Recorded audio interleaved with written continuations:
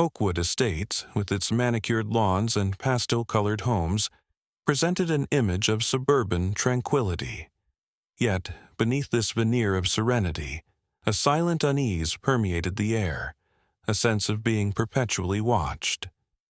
The perfectly trimmed hedges and meticulously arranged flower beds, rather than offering comfort, served as constant reminders of the invisible boundaries that confined the residents. It was a place where conformity was not merely encouraged but enforced, where the slightest deviation from the established norm could invite scrutiny, judgment, and ultimately punishment. At the heart of this oppressive atmosphere was Karen Whitman, the self-appointed guardian of Oakwood Estates' pristine image. Her presence was as ubiquitous as it was unsettling. Karen's days were spent patrolling the neighborhood, her eyes sharp and judgmental, her trusty clipboard in hand, ever ready to document the slightest infraction. She wielded the homeowners' association rules like a weapon, selectively enforcing them to maintain her iron grip on the community. It wasn't simply about maintaining property values. It was about asserting control, about reminding everyone who held the reins of power. Karen's reign of terror was not merely a matter of petty fines for overgrown lawns or misplaced garbage cans. It was a psychological war, a systematic erosion of individual autonomy. Residents lived in a constant state of anxiety, never knowing when they might inadvertently cross some arbitrary line. The fear was palpable, a heavy cloak that smothered the joy of community living. Children were forbidden from playing in the streets, neighbors avoided eye contact, and social gatherings dwindled, replaced by hushed whispers and furtive glances. To understand Karen's actions, one had to delve into the depths of her psyche. Some whispered about a troubled past, a history of being marginalized and overlooked that fueled her insatiable need for control. Others attributed her behavior to a deep-seated insecurity, a fear of losing her grip on the perceived order she had created. Whatever the root cause, her actions spoke volumes about the corrosive nature of unchecked power. She reveled in her authority, her eyes gleaming with a disturbing sense of satisfaction as she issued violation notices and imposed fines. Her financial management of the HOA was as questionable as her enforcement of the rules. Rumors swirled about inflated budgets, opaque spending, and even outright embezzlement. The once transparent operations of the association were now shrouded in secrecy, accessible only to Karen and her inner circle. Those who dared to question her were met with swift retribution, their voices silenced, their concerns dismissed. Residents began to feel like prisoners in their own homes. The once vibrant community had transformed into a place of suspicion and distrust. Friendships frayed, replaced by a sense of isolation and helplessness. Karen's surveillance cameras, ostensibly installed for security, became instruments of intimidation, their unblinking eyes casting a chilling gaze over every aspect of their lives. One resident, Emily, remembered a time her family had a small gathering. "Even laughter felt like a crime," she said, "like we were disturbing the peace that Karen had so meticulously imposed." Mark, another longtime resident, recounted, "My daughter set up a lemonade stand.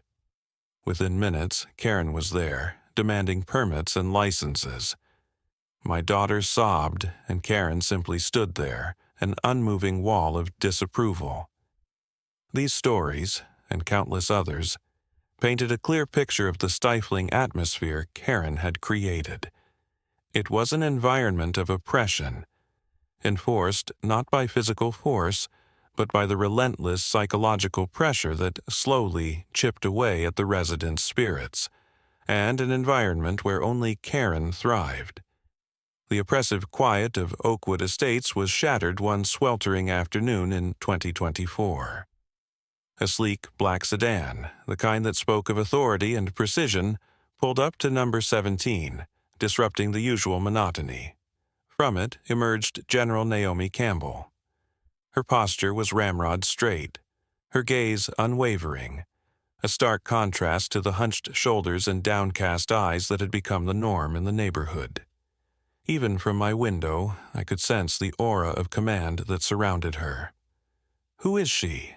Mrs. Thompson whispered, her voice filled with a mixture of awe and apprehension.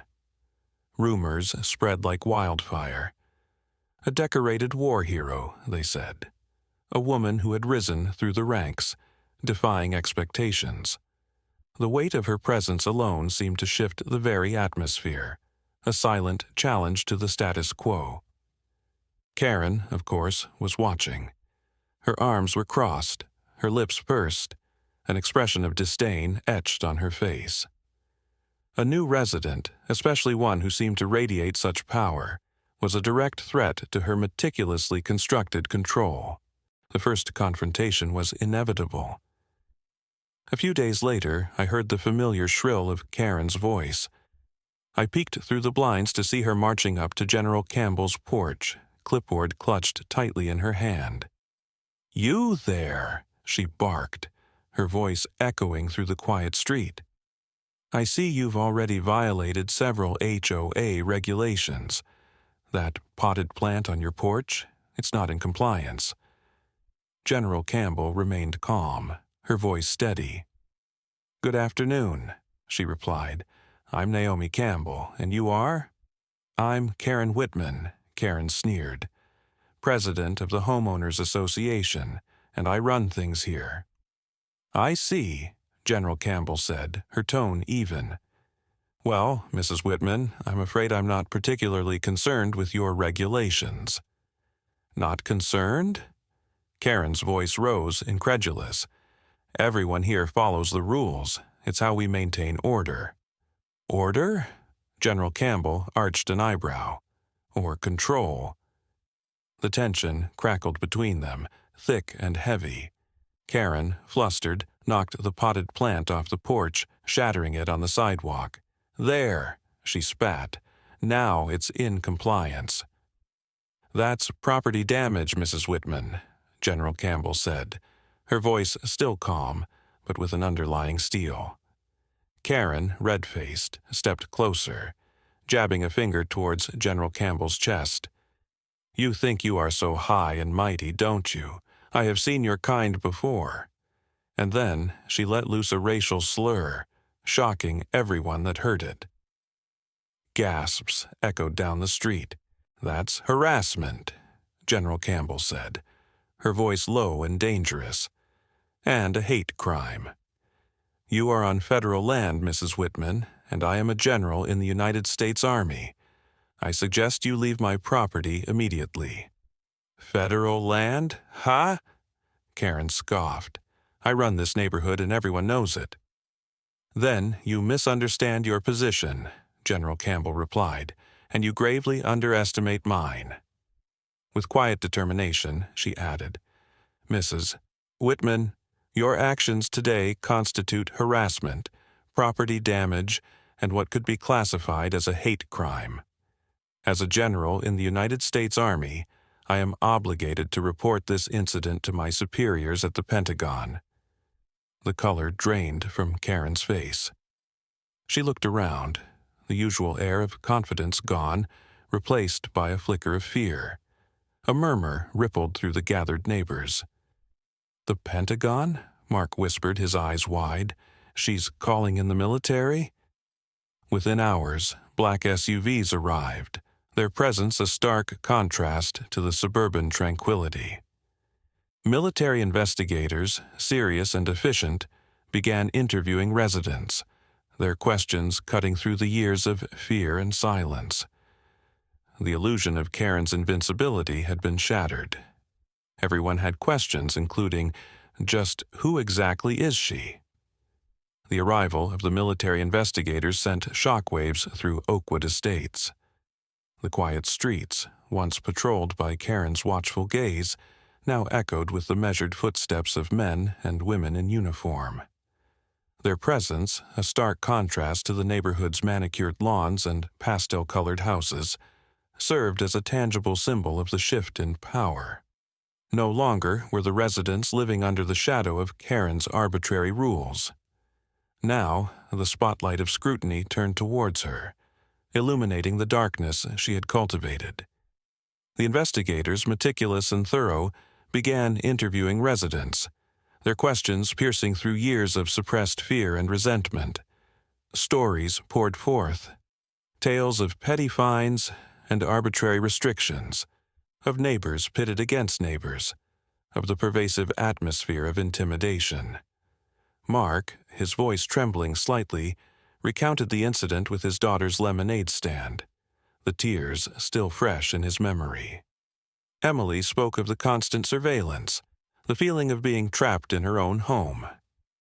Each story, a thread in the tapestry of Karen's tyranny, painted a picture of a community held hostage. Meanwhile, the financial audit of the HOA's books revealed a web of deceit. Numbers didn't add up, funds were unaccounted for, and suspicious transactions hinted at embezzlement. The investigators, with their keen eyes and sharp minds, were piecing together a puzzle, the image of Karen as a benevolent leader crumbling with each passing day. The very structure that Karen had manipulated to exert control was now used to dismantle her power. As the investigation intensified, the air in Oakwood Estates began to change. Neighbors who had previously avoided eye contact now greeted each other with cautious smiles. Conversations, once whispered and hushed, now flowed freely, filled with a newfound sense of camaraderie. The fear that had kept them apart was beginning to dissipate, replaced by a tentative sense of hope. The walls of isolation, built brick by Karen's reign, were starting to crumble. The HOA emergency meeting was a watershed moment. The room, usually filled with a tense silence, buzzed with anticipation. Karen, her face pale and drawn, sat at the head of the table, her usual air of authority replaced by a nervous fidgeting.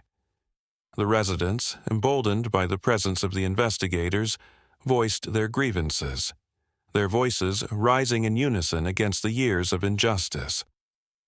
When the vote was called, the result was unanimous. Karen's reign was over. The collective sigh of relief that swept through the room was almost palpable. It was not merely the removal of a tyrant, but the reclaiming of their community. In the days that followed, the transformation of Oakwood Estates was remarkable.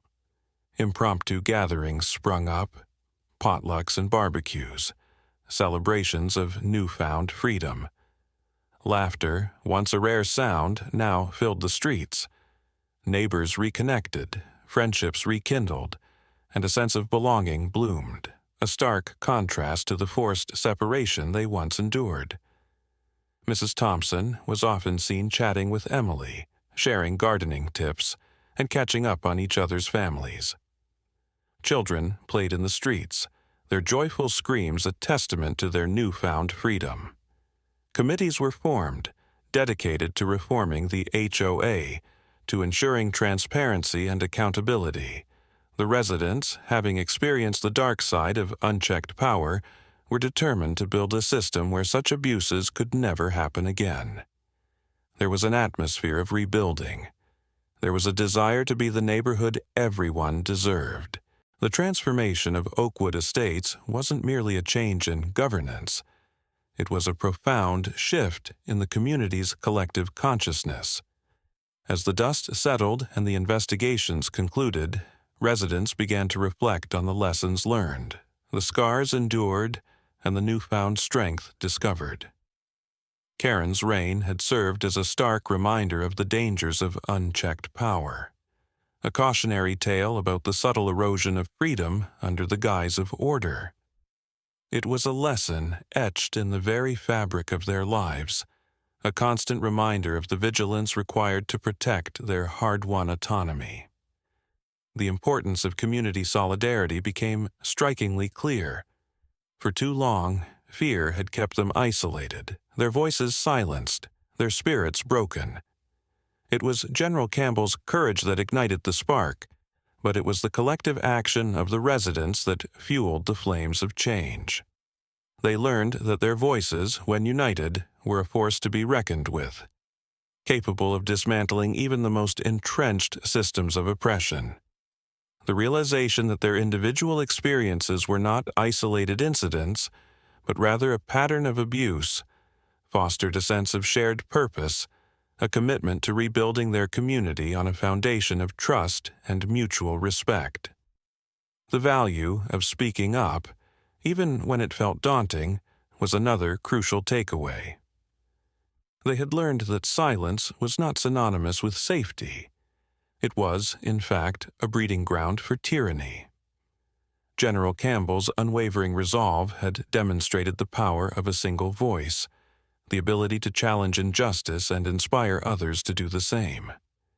They had witnessed firsthand how courage could be contagious, how one person's bravery could embolden an entire community. As they looked towards the future, they knew that they would never again allow fear to silence their voices, that they would remain vigilant in their pursuit of fairness and accountability.